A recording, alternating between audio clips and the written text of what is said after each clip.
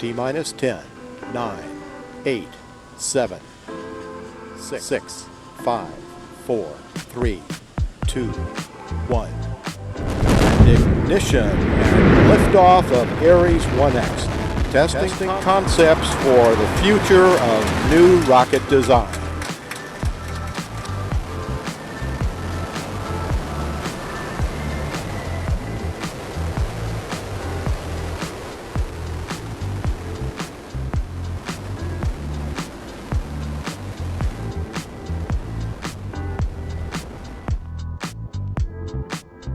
Atlantis now beginning what is known as the pre-flare maneuver. It will pull the nose up a little bit right before it hits the runway.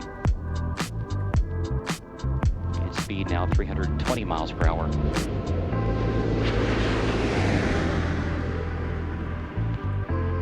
Gear is down and locked.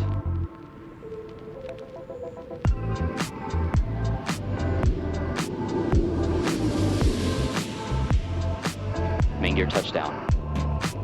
Atlantis' nose being now rotated down toward the runway. The chute being deployed. And nose gear touchdown.